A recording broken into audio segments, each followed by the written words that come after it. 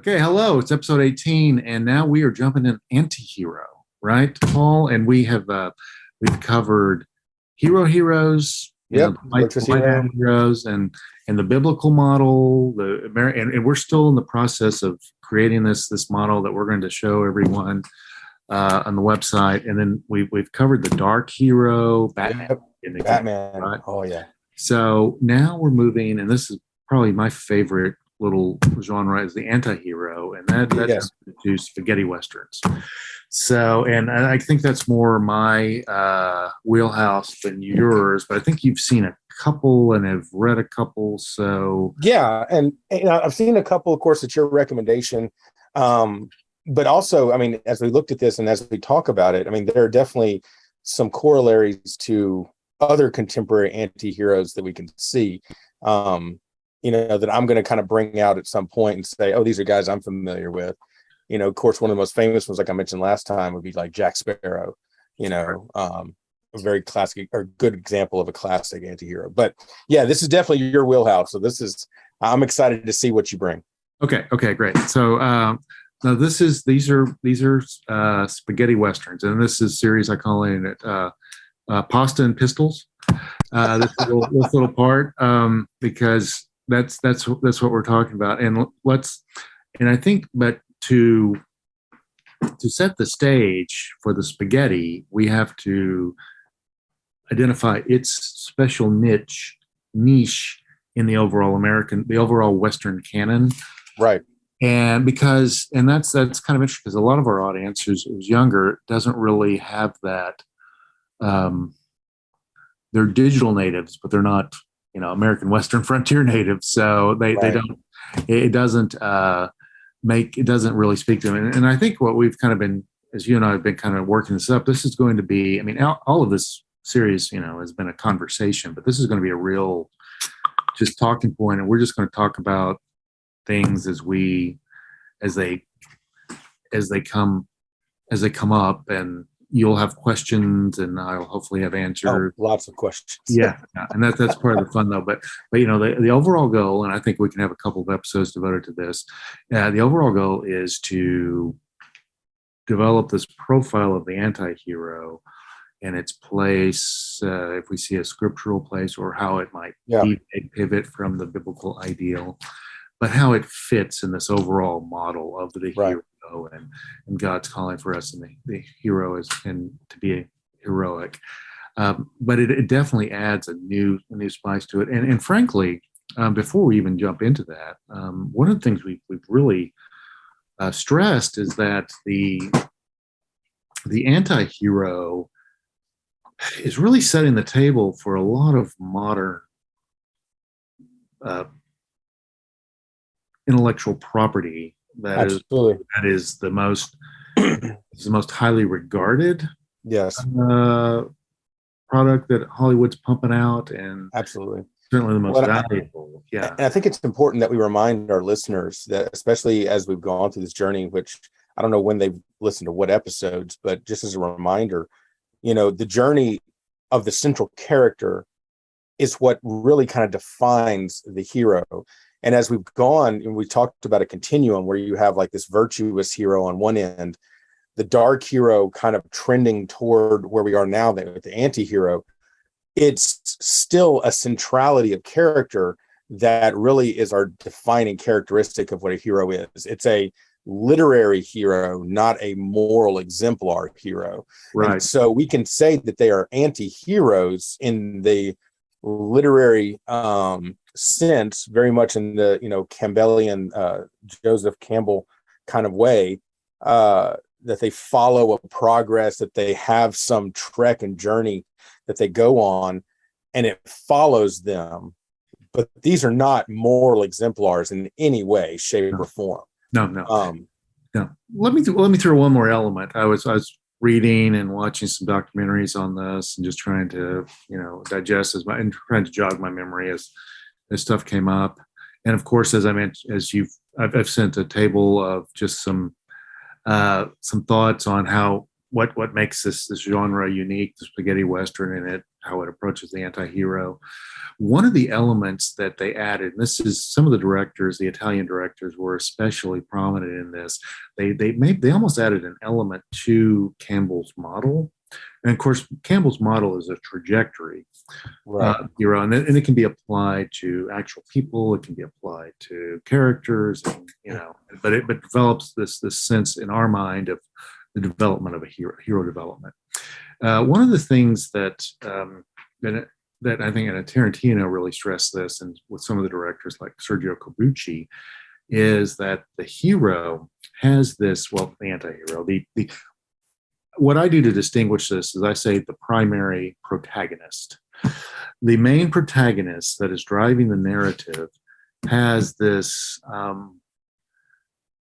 proficiency or skill that is almost elevated.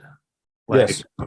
in gunfights, they can take out 10 people in very dramatic and impressive ways, like shooting at all angles. Oh, there's somebody behind me. Boom. And they just take that, they just do that. And it's amazing. But at some point in the movie, that skill is like, maybe if they're a gunfighter, that and this happened in Django, which is a Corbucci, maybe one of his more famous Corbucci's. The villains pound his hands with stones, and so he can't shoot. So he has to. Part of the perhaps it's a sacrifice, perhaps it's just standing up to the stress and the challenge, is still carrying out what they're supposed to carry out after. It's kind of a Samson thing, like after their almost super heroic strength or skill is taken away from them, they still find a way. And I guess that it would be, I hate to use the current buzzword, but that has a resilience aspect to it. So that's probably another. This overcoming. Right. Yeah. Let's go with that. Yes. Overcoming is supposed to resolve. So anyway, something else to think about as we move through this. All right. So let's start with the American Western. So we have, there's the Great Train Robbery, which is this early silent movie that was, and I want to say that some of the original Westerns, during the silent phase, where you just had real quick, short 12-minute movies, people would go sit in the theater and just watch, the rolling. Mm-hmm. Oh, wow, I can see recordings of people, and it was as fascinating. Well, it was probably more fascinating to them than the first time we logged onto the internet or whatever. Yeah. Right? They're like, this is unbelievable, right? They're probably, we're so spoiled, they're probably awestruck by it all. And so, but some of those early ones were like gunfighter, like the guy just pointing and shooting the gun. We can find some more examples. So, but that's not really it has a narrative, but it's very thin and short and quick, and probably was perhaps just the intro to something, the main course of whatever they were going to be watching. So the legend has it, Wyatt Earp, who's a real person, a real marshal, real federal marshal, might have been a sheriff, had several law enforcement jobs, and and he is the source material. His life is the source material for several early Westerns, several mid period, 50s, 60s Westerns, TV show, couple of 90s movies, one of which some people think is in the top 10 Westerns of all time, Tombstone. I do not. Oh, yeah. Enjoyed it. At least in my opinion. It's a fun movie. Now, if Tombstone is on, I'm going to watch it. But, it's a fun movie. Yeah, absolutely. And everyone does a great job. Val Kilmer's awesome in it. But yeah, it's definitely watchable. I wouldn't put it in the top 10, but it's a really good movie. And it's really enjoyable. But again, it's, Wyatt Earp has this stretch, right? And he has this narrative. And one of the things that I would say also is, as we're trying to develop, the only history that most people know about the West, other than people who are, really into it, would be these movies. And so one of the issues we start to have, and I'm thinking of, HBO had this new series called Showtime on the 80s Lakers, and there was this, and this is, I know this seems like a weird pivot, but the one of the the architect of those teams, Jerry West, who's general manager, is portrayed negatively for a while in the show. It's kind of a nut who's easily flies off the handle, and everyone's like, well, it's not a documentary, it's just, it's a narrative movie. But the problem is, and they say this, there's a famous Western, The Man Who Shot Liberty Valance, which is famous because both Jimmy Stewart and John Wayne were in it in the 60s. This one, when we were talking, I forgot to mention. Uh-huh. I think that was a Howard Hawks. But they say at the end of the movie, they basically, the movie is about demytholizing how this senator played by Jimmy Stewart became famous and how his career, developed, because he was famous for shooting Liberty Valance, and he tells he kind of walks through what really happened. And the editor of this newspaper that he's talking to says, when it comes to the legend and facts, if the legend's different from the facts, you print the legend. Yeah. And so one of the real Jerry West got mad at how he was being portrayed, because he knows that at some point people just accept what they see in the movies as real. Yeah. And so it's hard to really separate what was, I'm still not totally sure what the West was like. Right. Because we've had so many, celluloid filmed interpretations of it. And one note is the Italians and the Americans are going to have very different views of just how a community is and all that. So anyway, I think of the origin of the modern Western as occurring when Wyatt Earp, in Tombstone at the end, starts seeing this, or I guess basically develops a relationship with his actress, which I think there was truth to that. Like Wyatt Earp married an actress. And towards the end of his life, he's living in the LA, Hollywood area, and he starts just hanging out with these actors like Tom Mix and I think Harry Carey Sr., I believe that was his name, some well-known early American silent movie actors known for Westerns. And they start filming these Westerns because based on just the stories that Wyatt Earp tells them. And we do have evidence that Wyatt Earp was, he's seen as this courageous, do it, white hat kind of guy. And there is some evidence, at least eyewitness evidence, that he was a guy who had a tendency to take, to steal his will and make courageous decisions that might end in his death. So there is probably something to that. But that's kind of the start of what we see as a modern Western with a plot and a narrative. Most people, and we've discussed this, you've said that your first, you think of the start as Stagecoach. Yes. Yeah. It's the John squared. It's John Ford, the director, John Wayne, the director, the actor, the hero. Wasn't that his debut? I mean, that was like one of his earliest movies, I think. Yeah. Again, he had made, he would actually, I want to say he was in his early 30s. He was like 32. That's 50, right. He was Marion Morrison. He goes to USC to play football, starts acting bit parts, eventually pivots and moves into the B movie. There was these Republic and RKO made a bunch of, they would just pop out movies, these real short Westerns that might be like, they were B movies. Like you would watch the B movie and then you'd watch the A movie. When I was a kid, we would, and usually this is the case maybe with any movie, before you'd have the movie, you'd have a cartoon. Pixar would do that, and it was a callback, and people don't have that anymore. You'd have a Bugs Bunny movie, and then you'd have Bugs Bunny cartoon, and then you'd have the actual movie. It's been so long I'd almost forgotten about that, but this was kind of the same thing, that had this really cheap B movie that would kind of set the stage again for the actual offering. And John Wayne was in a bunch of those, and that was kind of his career. And then John Ford sees him in these movies, and John Ford is already kind of a name. Like he's a couple of years, I think he may have already won an Oscar, but he was a couple of years away from winning an Oscar for How Green Was My Valley, which was the movie 1941, the movie notorious for beating out Citizen Kane. Yep. Actually, it's not a Western though. It's set in Ireland, and it's not a Western.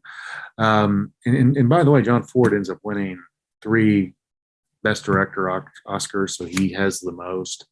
Spielberg may be tied with him now. I'd have to go back and check, but he's like the guy. Yeah. And so he, and by the way, his career spans. It's decades. Right. John Wayne's career, right? You know, they both Yeah. he's probably elevated a little bit ahead of John Wayne, but yeah, Stagecoach makes John Wayne's career, and it was in 39 or 37. And what else makes John Wayne's career is John Wayne does not fight in World War II for whatever reason. Some say he's 4F, some say whatever. And by the way, John Ford, among other people, give him a hard time about that, because John Ford didn't go to fight, but John Ford is one of the 5 famous directors who films. He's filming the war effort to build awareness and propaganda, if you will, to raise support for our actions. And you're like, okay, well, he was filming that. Okay, he's just filming. He was filming actual combat, which to me sounds kind of dangerous. Oh, absolutely. It was dangerous, and so he did that. The series was called Why We Fight, and Frank Capra, It's a Wonderful Life. Yeah. He Mr. Smith Goes to Washington. He was one of the directors too. So, and he was kind of the younger. Ford was always kind of this cantankerous, crotchety old guy, but Capra was one of those too, and they were. There's actually a pretty decent documentary on Netflix about that. Wow. So, yeah. Now, so this tells us a lot about John Ford's ethos, though, and his approach. He's very, and he and John Wayne are very simpatico in this regard, very American exceptionalism, very whatever, the West the Western is this chance to describe how the settlers and the frontiers people were these good-hearted people who, and they just sacrificially played this role in developing the movement of the frontier and the ultimate triumph of civilization over savagery.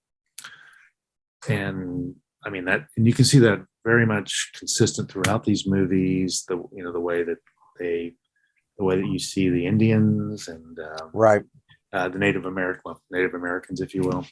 I'm part Choctaw, so I guess I can say Indians, but the Native American treatment, and also villains tend to be very maybe subspecies or very much not aligned with society and community, which is mostly filled with just good, hardworking people who are trying to get by and trying to take a chance for themselves, for their family, and just for the good of community. They're trying to seize this opportunity.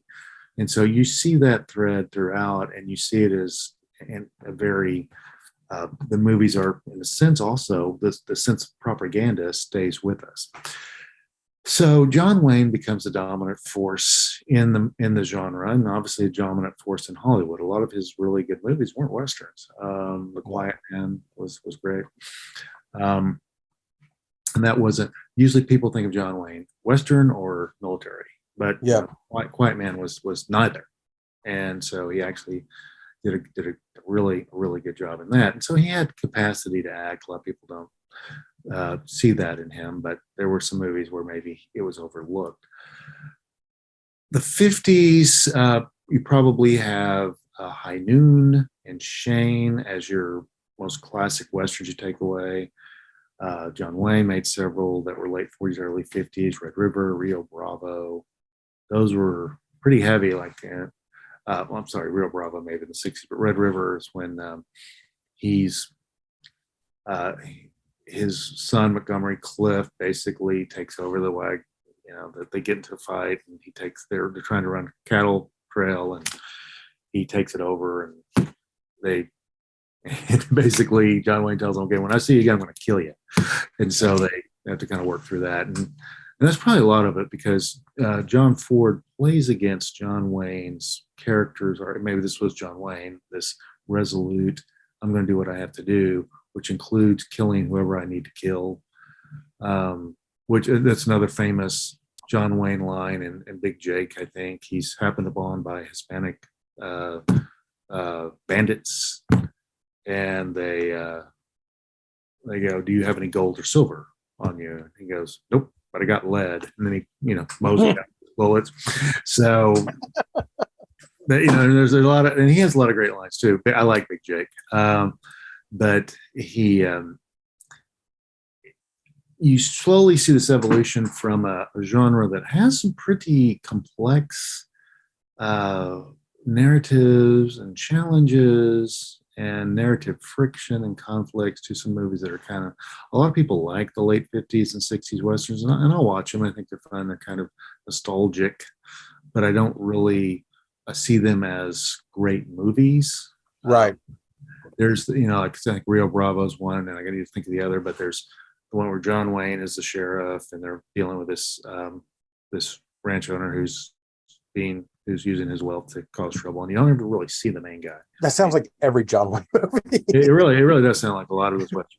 But it's and like I think I told you, like Robert Mitchum's the drunk in one, Dean Martin's drunk in the other, James Caan is kind of the young guy in one, Ricky Nelson's one. They're just all very similar. Very similar in their style. And at this time you start seeing, TV becomes prominent. And so TV, Westerns as a prominent entertainment genre starts becoming, it starts becoming prominent. So that's what I remember, some of you might have a grandfather, like I have a father-in-law, and I have grandfathers who they would watch on Saturdays, they would watch old Western movies, and they would watch like The Rifleman or Bonanza or Gunsmoke or Rawhide, just some of these old Westerns that stood the test of time, and some that, just were there for 5 or 6 years and came and went. So the Western becomes very prominent, but then the Western tropes start to become, and if you watch a couple of those episodes, whether it's Gunsmoke or Bonanza, you go, okay, they seem to be doing the same thing over and over. And Bonanza and Gunsmoke, those shows ran for nearly a quarter century. So it's like, they run out of ideas. They run out. Okay, here's another. Yeah, you can only reprocess so many times. Right, you can only so you start seeing a lot of, and some of and it's hard to really watch some of those Westerns on TV in the 60s and go, okay, well, that is really a groundbreaking episode. They're all just really which is fine. That's the way it is. But but those actors in most of those TV series, you won't see a lot of them. And no one's a Virginian. My father loves the Virginian. But you'll go, well, who is this guy? Who is that guy? And you won't really see their name prominently after their 5 or 6 year run on this TV series. And I remember I can think of like three Western actors who eventually committed suicide. One was a guy in Alias Smith and Jones. One was a guy in he was Clint Eastwood's boss in Rawhide, and then Wild Wild West with Robert Conrad, which is a very fun movie. The other guy, his partner, ended up committing suicide because everything dried up, and they start being used as a villain in certain shows, and they just kind of find a way in, and then they just dry up. They can't get into the movies, and so some of the ones that are really desperate and maybe are young enough to do something about it head to Rome, and they start filming these Italian Westerns, which are radically, as you may imagine, radically different from Hollywood. Right. Let's talk real briefly about the production.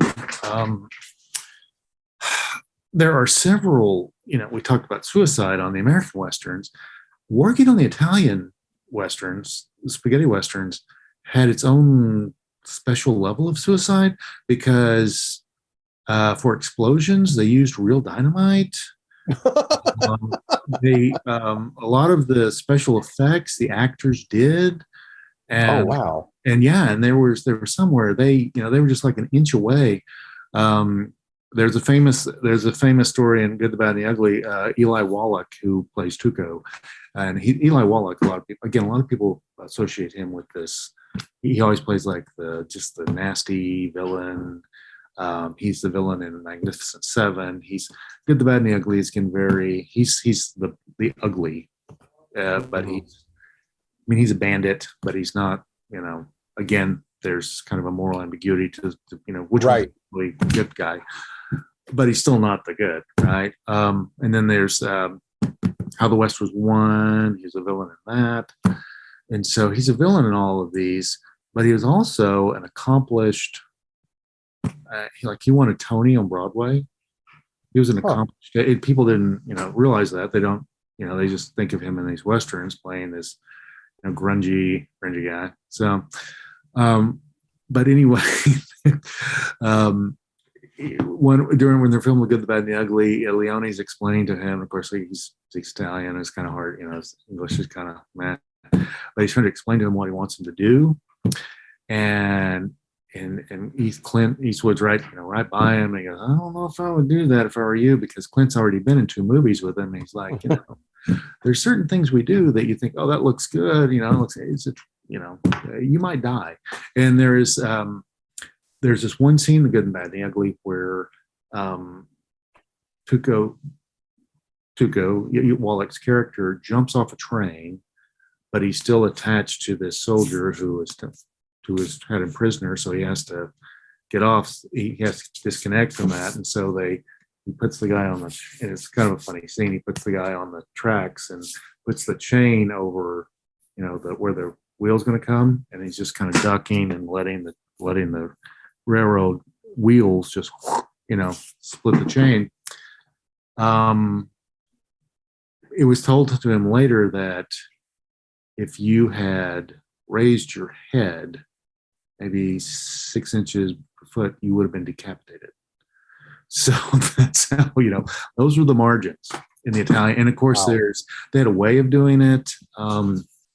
They called it the Tower of Babel. Tarantino, they call it the Tower of Babel approach. The Italian villains get to film their scenes. And they said the women were usually Jewish. They got to film their scenes. So they just kind of walked through. They called it the Tower of Babel.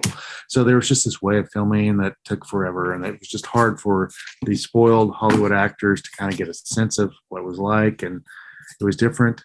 But that's what they subjected themselves to. But the big difference that I see is the cultural distinction. The Italians, the directors, they're not doing Westerns. They're reimagining Westerns. And in a sense, maybe intentionally or unintentionally critiquing the American Westerns, but they love the American Westerns. Right. And we were talking about some of these other Italian movies, like you're big into Italian horror, which I can only imagine what that's like. And we talked about the vengeance-driven titles as well.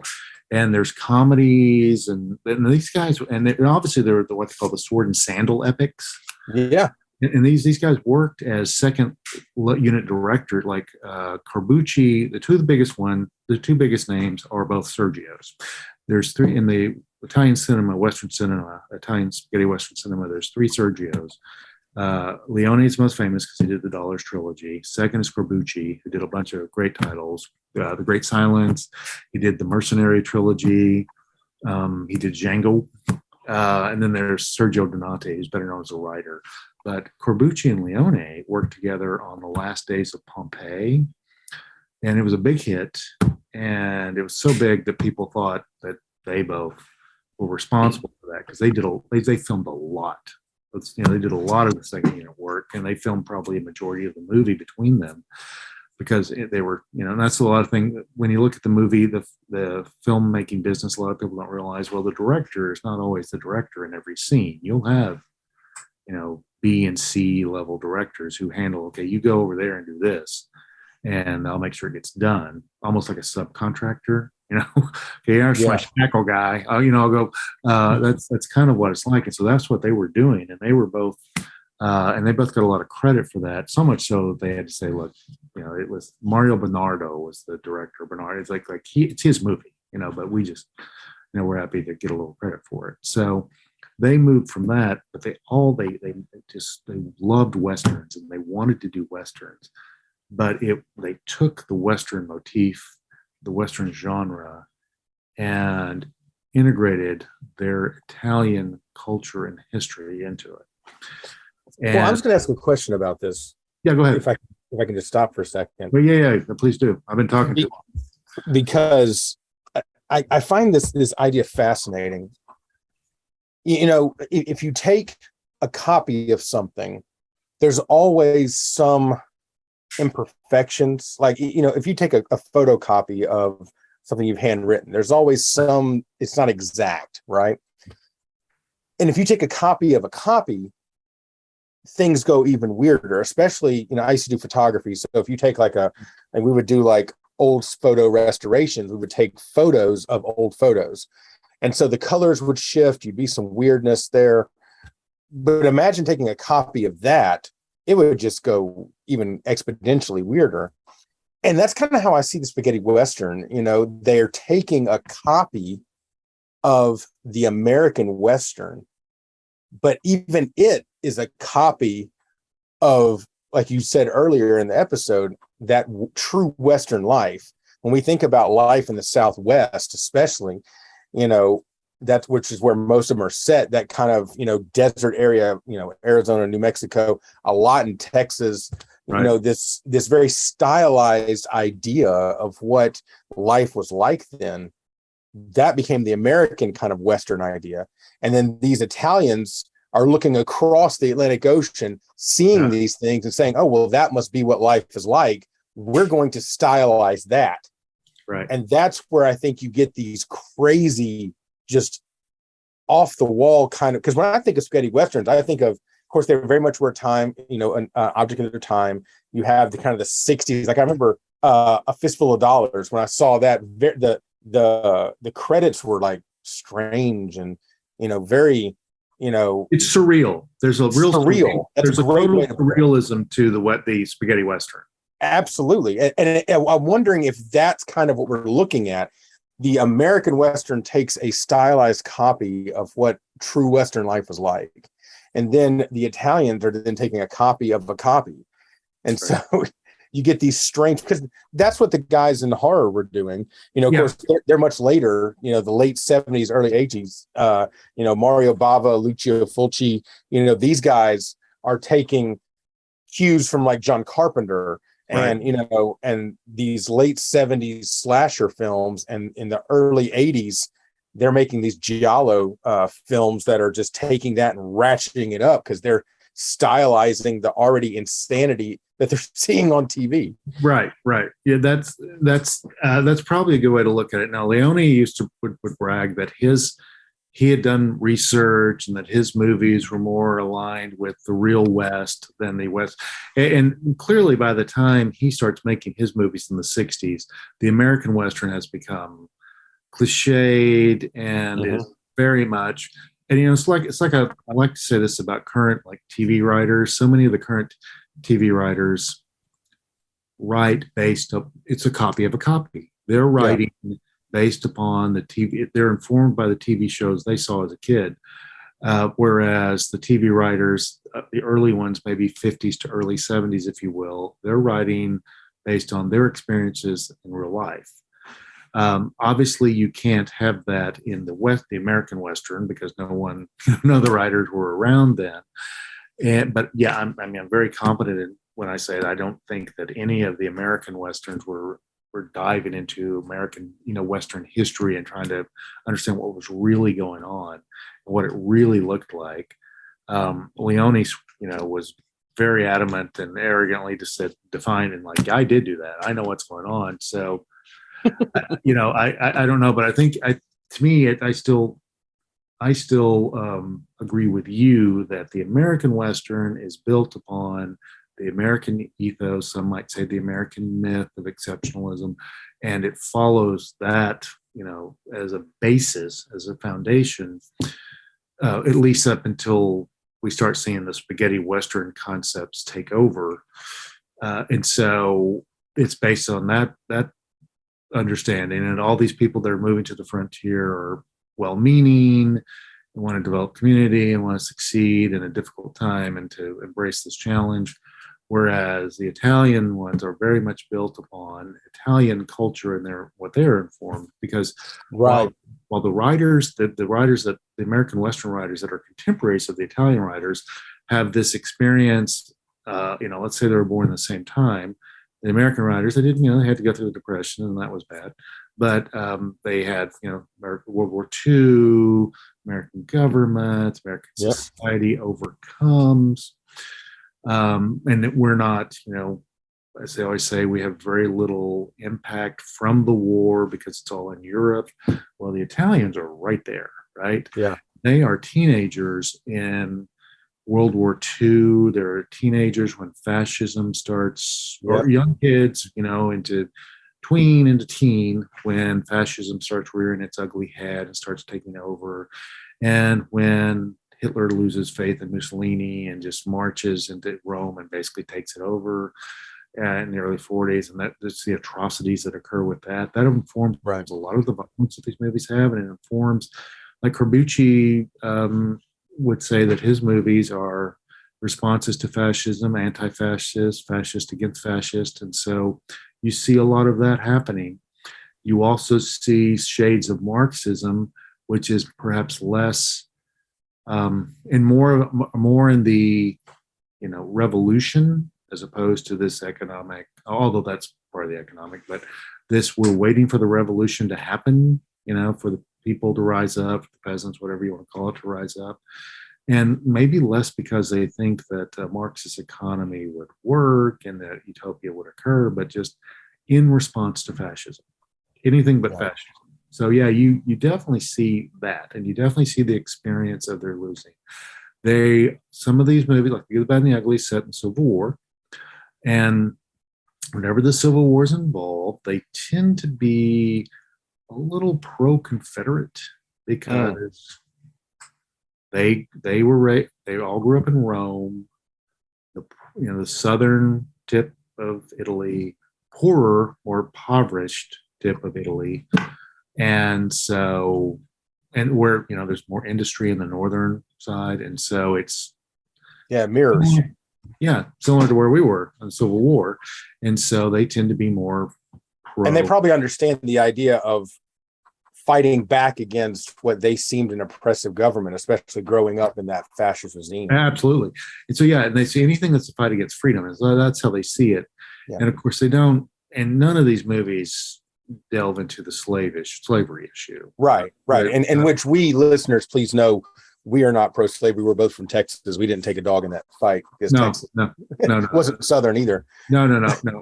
So we don't in any way. And so we're not really discussing that. And they didn't really, and I'm just trying to add context to how they saw things. I forgot to mention one other funny thing about Texas and the movies that were set in Texas. They would always, like John Ford loved filming in Monument Valley, Utah, because it is beautiful. And a lot of the Westerns, spaghetti and American, they still use, because it's just a beautiful pastiche, right? And it's just perfect. Of course, it's an homage to John Ford. But a bunch of those were set in Texas. I'm like, okay, where in Texas is something like Monument Valley, right? Maybe Big. That's not Texas. In fact, I want to say The Searchers. I keep forgetting to mention The Searchers is probably the most, at least at this point, perhaps the most revered of the early American Westerns pre-1960. Perhaps one of the most, if you were to list a top 5 American Western, it would probably number 1. Number 1 or number 2, maybe Unforgiven for some would be it. But, Steven Spielberg, they've asked, and it gains part of its gravitas because somebody once asked Steven Spielberg, what do you think is the greatest movie of all time? And he said The Searchers. And the person said, I didn't ask, it's great, that's the greatest Western, but he goes, no, that's the greatest movie of all time. So that's one of those. I think it's set in Texas, but it's filmed in Monument Valley, and you're like, okay, where's that supposed to be? That's not Texas. So, but anyway, yes, that's just part of, and also there's this wealth poverty dichotomy, There's the questioning of authority, and just not even the questioning of authority, the assumption that sheriffs, bankers, military leaders, and any place, they're all corrupt. They're all on the take. They're all cowards. And you see several scenes. There's not an example. Well, there might be an example in Fistful of Dollars. Oh, there is. There is. There's an only example you've seen it where Sheriff Baxter comes out and says, he's arresting Eastwood's character, which I think is called Joe, because and he says, because I saw it, you killed these men in cold blood and 4 coffins, right? And so I'm arresting you right now. And he's like, no, you're not. Yeah. And he just walks off and nobody does anything. And so that's the vision of law enforcement, of sheriffs, that they're cowardly, that they're on the take, and think about go ahead, please. That's the theme that plays out through several of those movies, and especially through the Dollars trilogy. Go ahead. I'm sorry. Well, I was just going to say, I think going back to that, to provide just some deeper cultural context, if these guys are growing up in this fascist regime, they obviously have seen the, play out in real time, that old adage that power corrupts and absolute power corrupts absolutely. And so it would make sense that all these people that have the power, everyone you listed off, magistrates and sheriffs and, bankers, people that have financial power, all these people that have power are corrupt. And that would seem to be somewhat of a reflection of what these, because obviously you see Mussolini rise to power, you see him just coming and sacking Rome. You see the rise of the fascism versus, and then the rise of Nazism. Right. Obviously they have these echoes in their mind of how power can corrupt. And so it stands to reason, I try to always find these kind of nuances behind the motivations of things. And that seems to be a pretty plausible cause for how they came to this and why these things follow this statement. Yeah, and also, and I think I mentioned this, some of the notes I sent you that I'll post on the website, but lest we not forget this, the origin of organized crime and the mafia and Sicilian, Cosa Nostra. This is all, these are Italian Western. These are Italian, and so that's part of the Italian narrative as well that comes over. That obviously migrates and is exported to American shores, and so that's a centuries old process, and all these communities are dealing with that. So that's probably how they see, and that's another thing that's very similar to these, is how they see community and the denizens of community as whereas the American Western sees citizens as just good, hardworking folk that heroes can protect. No, they're all scum pigs. So that in the Italian, like they're either on the take, or they're just skeptical, or they're just old and downtrodden, and they don't, they just want a piece of the action, and they're just hot garbage, and they're trash. And society has been built on this, on the back of corruption, of greed, of selfishness, selfish interest, self-absorption, and everyone just trying to get a piece of whatever. There's a scene in Good, Bad, and the Ugly with a hotel owner who's willing to give his wife away just to get gunmen to come in and just trying to take advantage of the war effort. This because it's set in 1862 New Mexico, and just trying to profit from it, and how everyone's just trying to. And it's kind of, as my son would say, it's a good late stage capitalism, exactly. It's kind of an indictment against the American culture. Yeah. Just everyone just trying to get their skin, get a little skin on their little flesh, and increase that bank account wherever they can find it, and just take advantage. Whether it's you could say somebody who somebody owns a hotel and is like, we need to get these soldiers in here before they all get killed. Okay, you could say that's kind of a war profiteer, right? Yep. So that's a big part of it. And probably the only people who are sympathetic are those who are just the forgottens of society and old. I guess I think of a bartender or the guy like the coffin maker, just somebody who's craftsman, works with their hands.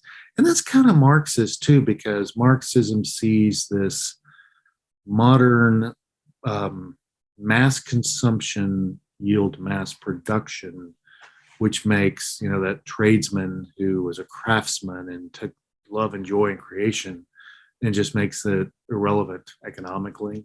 Yeah. So you probably have some of that too, while also having like some of these where I think I've told you they show like Once Upon a Time in the Old West, where the not the main villain, because Henry Fonda is the main. Frank is like the villain to beat all villains, but his boss, so to speak, not that Frank had a boss, but the rich guy funding everything was wanting to build, connecting the trains, which was considered that was considered the Transcontinental Railroad. That was considered like that when we read about it in history books, like this is the moment that the frontier no longer becomes the frontier and everything's connected and all this American exceptionalism is coming to play and all this hard work. Well, the way the guy's accomplishing it is, well, I need this land, this land, and this land. Well, somebody owns it. Well, go kill them. Yeah. So that's this, just kill the whole family. Yeah. And, or maybe it's just get them off. I don't care how you do it. Maybe that, plausible deniability. And so that's helping the train go through. And so that's kind of the Italian take on what's really going on and how the omelet gets made. Yeah. Eggs were killed in making of this omelet, and they don't, the American approach doesn't take that. Do you remember the coffin maker in Fistful of Dollars? I think that he's an interesting character, and we really haven't even talked so much about the heroes yet. We've been doing a lot of background, which I think is really important. Yeah. But something I think that was really cool, especially if we talk about who the Italians valued, who the filmmakers valued. You said something that is really impactful, I think, as we compare this to Marxism, the tradesman. If you remember, first off, the character of the coffin maker is the only one who ever calls the main character by a name. Right. Whether it's his actual name or not, we don't know. But he's the only one who calls him. So he has that level of intimacy with him. So he's the one that helps drag him out of town. I mean, he's the one that helps him, right? So obviously the filmmakers have a sympathetic nature to him. But also, if you remember, it's so interesting how it goes almost as an aside. I think the bartender or the hostel owner, or whoever the guy at the inn owner mentions, he's so good at his job, he can size men up just by looking at them. And he's almost never wrong. And so you obviously know that this man who's just got this simple job is a master craftsman at what he does. Right. And it seems like they want to portray him in a positive way. I mean, he's not some guy that gets mowed down. He's not given some cheesy, he stays through the movie and he has this intimacy with the main character. And I think that that's really interesting, especially as you were talking about this idea of Marxism running through, pulling back this narrative that gives some benefit, some development to the little guy, the kind of unknowns. And that just kind of went past, but that always stuck with me. He can size you up just by looking at you. Yep. Right. So, right. And I think that extends beyond his ability to create a coffin for you, the right size, but it's also that he can size you up as a man, as a person. Yeah. And there's a valuable skill in that, and that's probably that humanity is lost, at least from that perspective, with the tailorization, the assembly line, Yep. I'm no longer the coffin, I'm no longer making the car or the bike or whatever. I'm hubcap guy. Right. So that's a big big ongoing thread. Also the revolution. This is, you don't really see this in the Leone movies, because the Leone movies are just, they're about, gunfights. And I mean, there's stuff, it's about stuff below the surface, but I think he does a great job of overtly integrating his message like that, like like the coffin maker. It's like this. There's really something to this guy, and there's really something deep there, but it's kind of up to you to Right. Yeah, you got to dig through to get that. dig through to And like get I that. said, that was just an aside comment, but think about the fact that who he allied himself with. Mhm. I mean, like you said, he can size men up. Right. It again, I think, adds some credence to this development of the hero as a central part. Who Right. did he side with? The main character, Joe. Right. And the main character very much fits Joe. That's Clint Eastwood, for those who don't know. He very much fits the Italian anti-hero model. And I've kind of mentioned this in my notes as well. Not a hero, white hat hero as we would see them in any way. He rides a donkey, and that seemed like he did just do that to Yeah. to make sure Right. to get somebody to respond so he could take them out. Yeah. But he's not there to maintain good. No. And part of the reason is the overall motif, the overall reality is they don't see a good to maintain or to preserve, because he sees when he sizes up, and he's kind of similar to the coffee maker, right? He sizes up, okay, there's two families here that control the area, right? And one is green, as they would say, gringo, Anglo, and one is Hispanic. And the Baxters and the Rojos. And the Baxters are the law enforcement, right? Baxter's the sheriff, and the Rojos really are almost a mafia family, I guess, type of that model. Yeah, don't they export? Aren't one of them bringing in like alcohol and one's bringing in something else? Right. Yeah. That's right. But definitely to cover up illicit, Yeah. like where they get they don't always get their stuff. They don't always get it legally, but they're both. There's corruption in both families, right? And there's violence. Yeah, neither one of them's good. Right. Neither one of them's good. And so really, it's just which one's going to, take him out, and which one's going to rule the day. And so, the character's his goal is just, okay, I'm going to play them off each other, and what? I don't have any money right now, but I'm going to use that to fill my, not a bank account, but fill my wallet and just get out of here. And so that's his entire. He has no concern about how these two families, at least overtly, we can't see any concern for how these families impact the rest of the community, and everyone else who has to deal with them, and the violence that occurs because of just the way they fight each other. Because there is another Italian, there's a Romeo and Juliet, Capulet, there's kind of that going on, really. Yeah. Which is interesting though, because this is lifted almost blow by blow from Yojimbo, which is a Kurosawa movie, a Japanese movie, which, by the way, he stole from but he repurposed adapted from a Dashiell Hammett book, which I think Bruce Willis did a remake, like a made for TV or something like that version of that movie. But its origin is like this American organized crime family model, but Kurosawa repurposes that for Yojimbo, which it's just interesting in the circle. And Leone just basically stole, Wow. for this movie. But yeah, so his really, from what we can tell, and this is the thing, on the surface, all we see is this greedy grifter, whatever you want to call him, who is capable, right? In other words, if he gets into a little gunfight, he's capable of taking care of himself and a lot of other people. So it's not like he's just this weaselly little grifter. He's this, man's man who just doesn't care about anyone but himself. Right. Well, and think about his intelligence.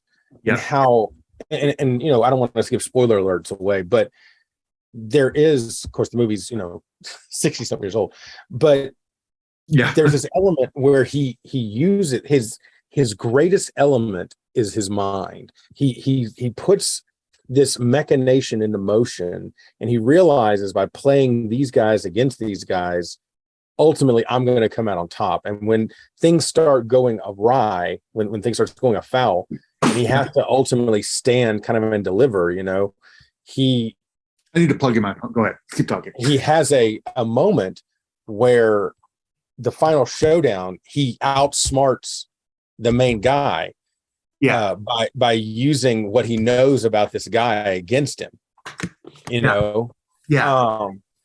so that's something that I think is so impactful about the anti-hero, especially as we kind of go into the telling of the anti-hero.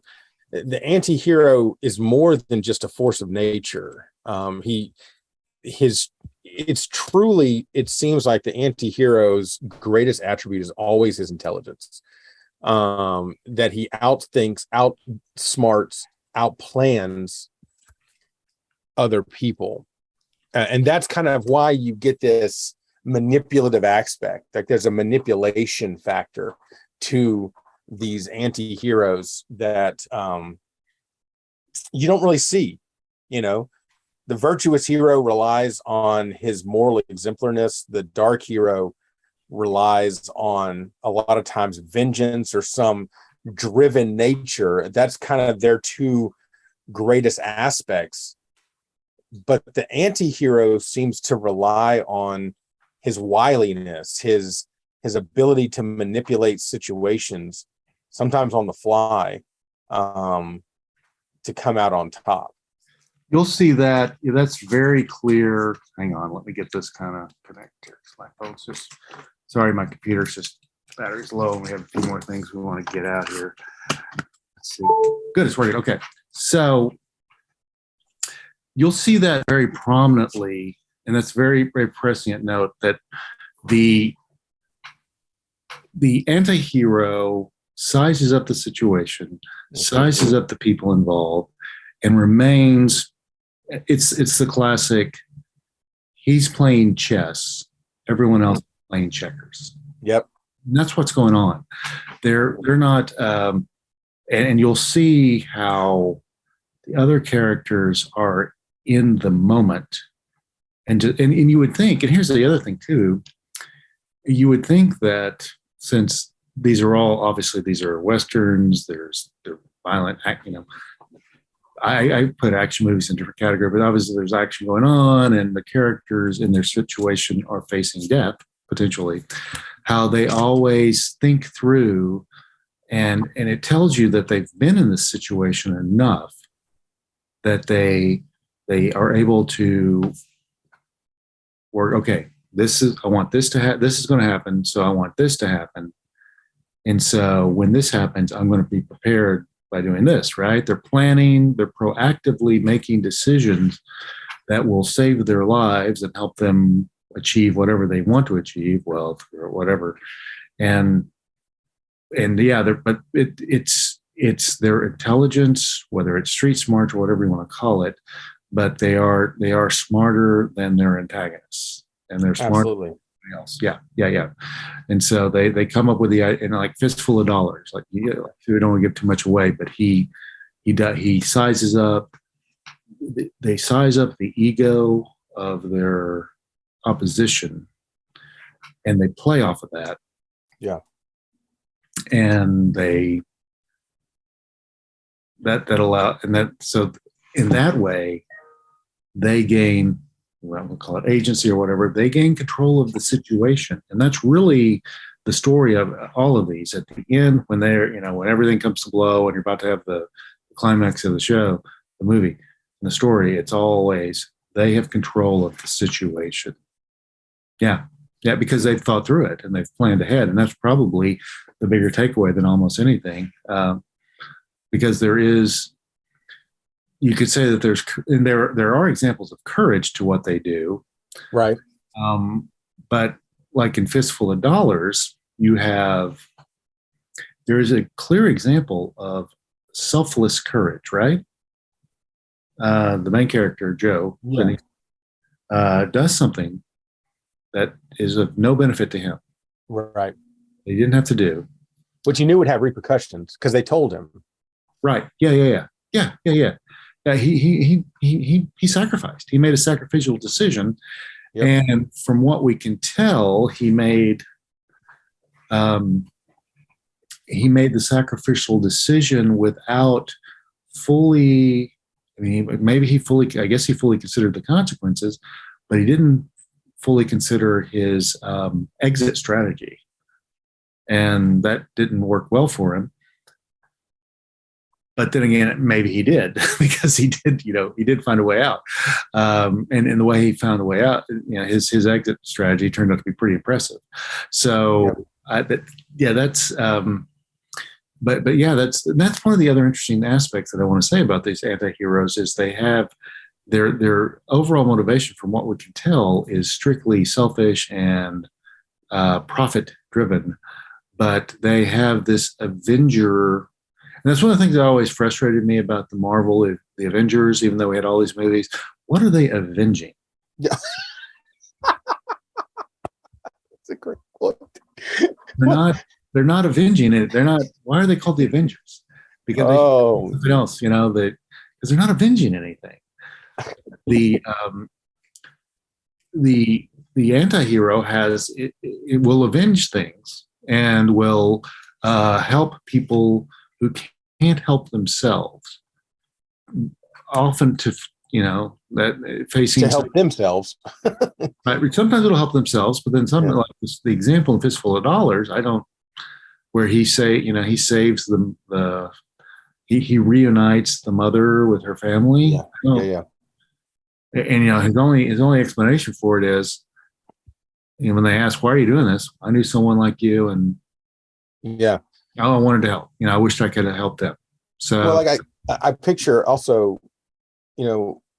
like my context. I'm a big film noir fan, and I remember in film school years ago when I actually was in college, I was in film school, and we watched the Maltese Falcon.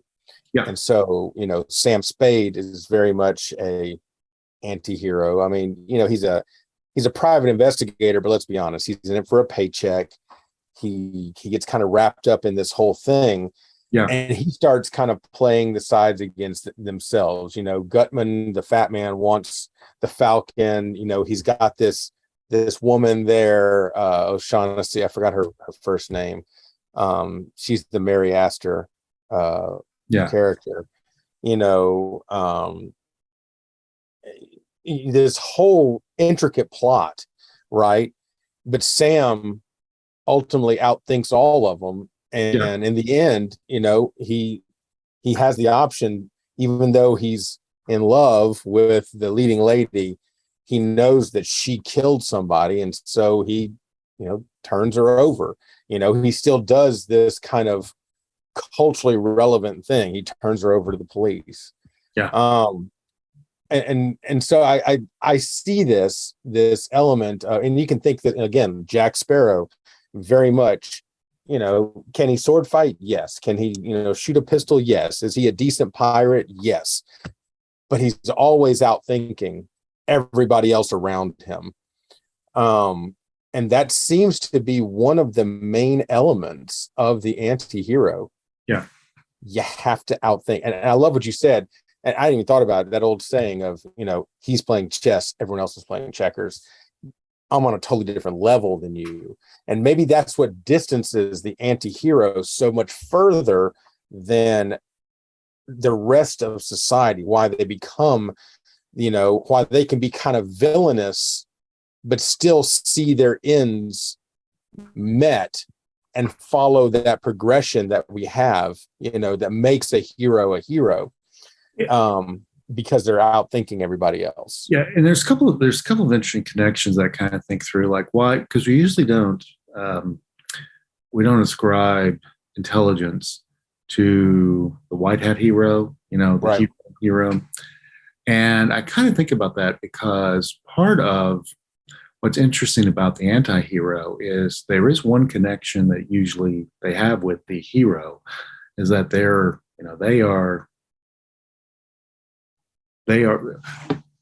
the last person you want to mess with. Yep. Like if it's a Western, you don't want to have a gunfight with this guy. He's the fastest draw. He will end you. And so that's usually the hero there, that proficiency, that skill set, that almost sometimes super heroic level of skill Right. is there. And so you don't want to mess that person, just, they're going to take you out, and they can fight.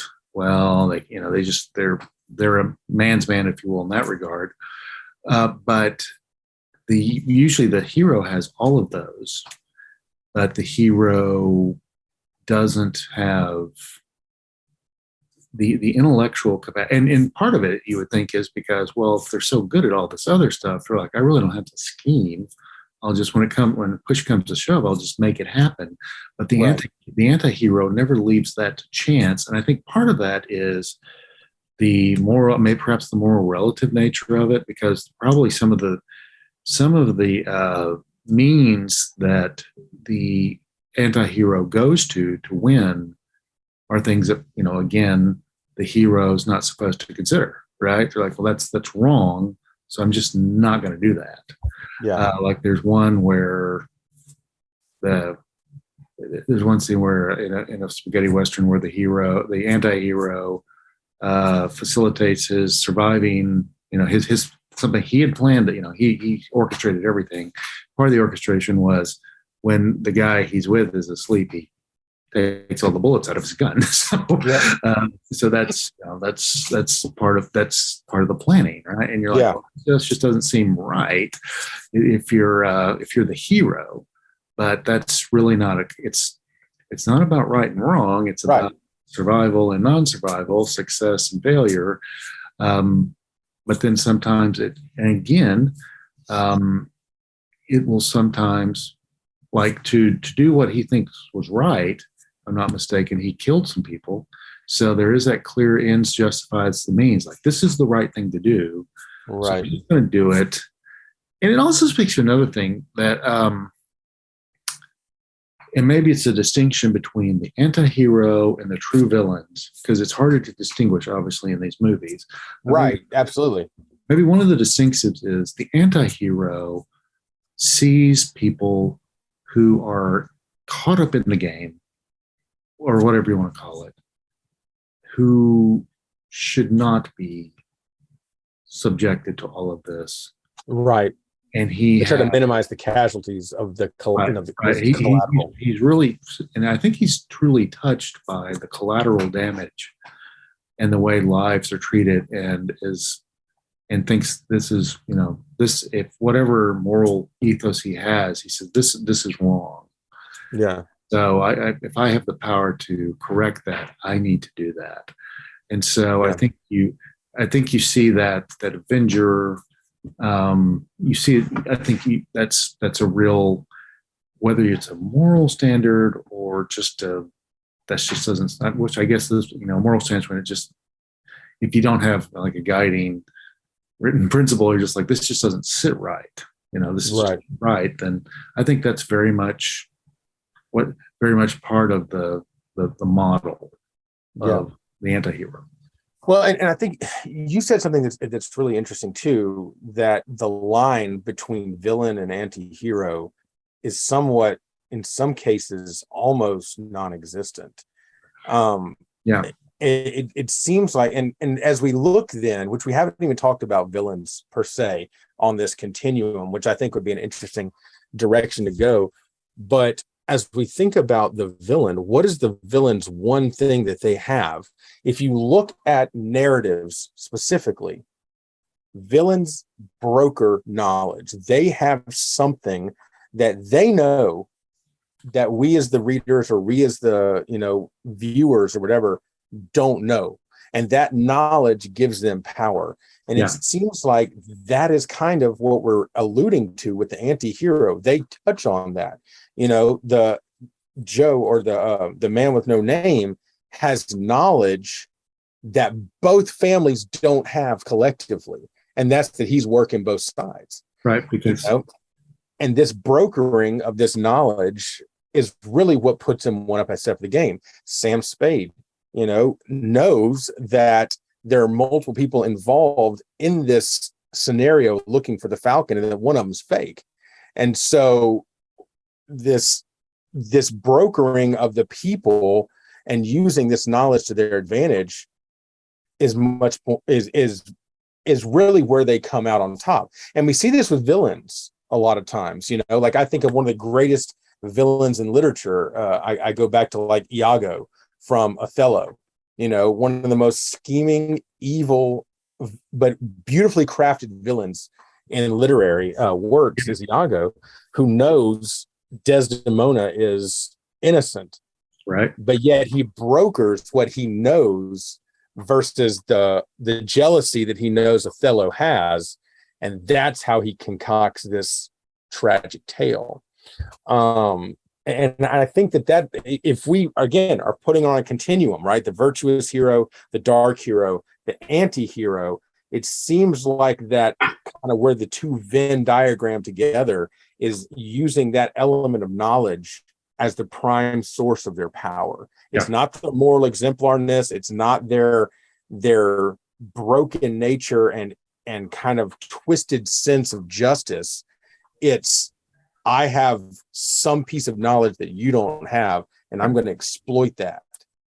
Yeah. Yeah, that's definitely, and that's where they probably fall along. And if you were to Venn diagram the villain and the anti-hero, that would be their connection.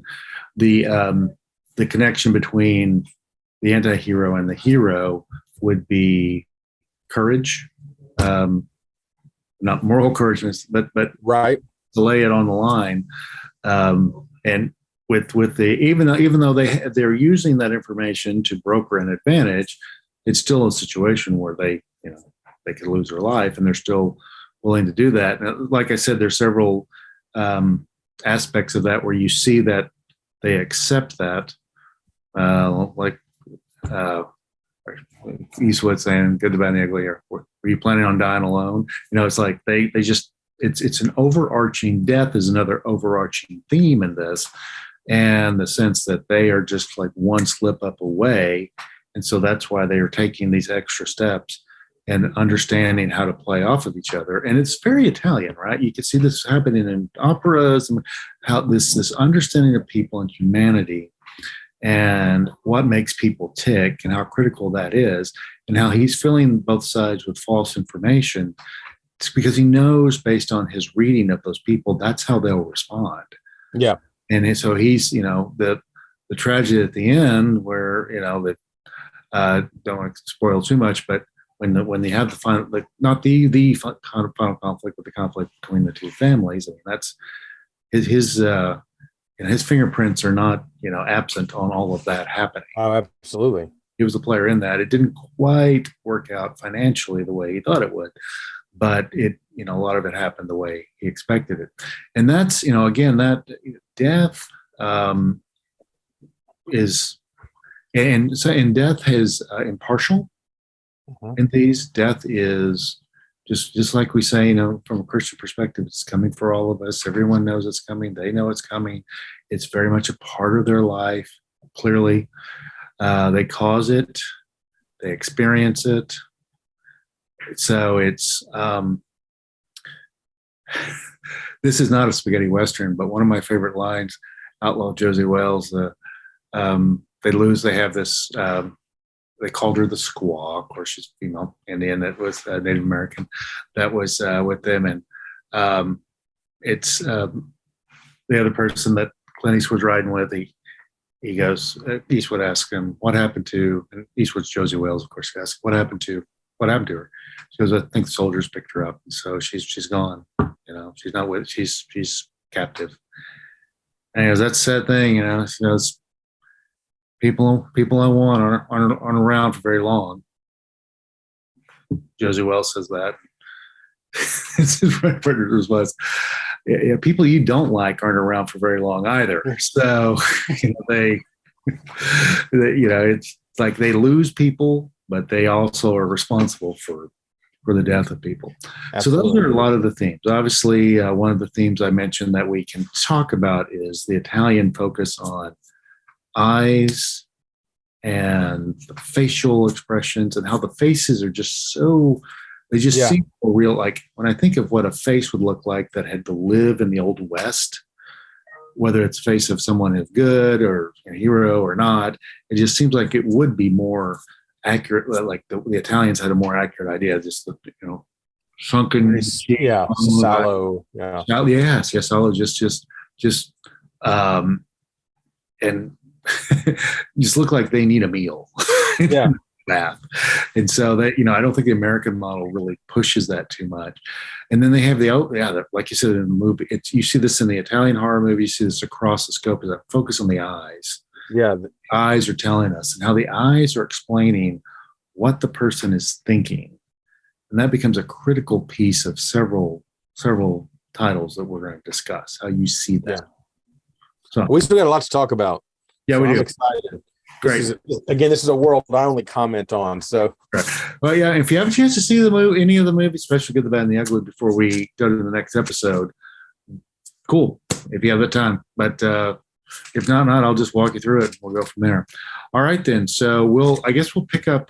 We'll talk about some of the titles and how what the antihero does in each of those, and how it builds that model, that profile of the antihero, and how they respond to all of these. I think there's a few tropes or themes that I may not have touched on that are pretty critical, but we can talk about those in the next episode. And so, awesome. And maybe we'll just kind of throw in a few scenes. Well, all right, good deal. See you around the bend, episode 19. Thank you, guys.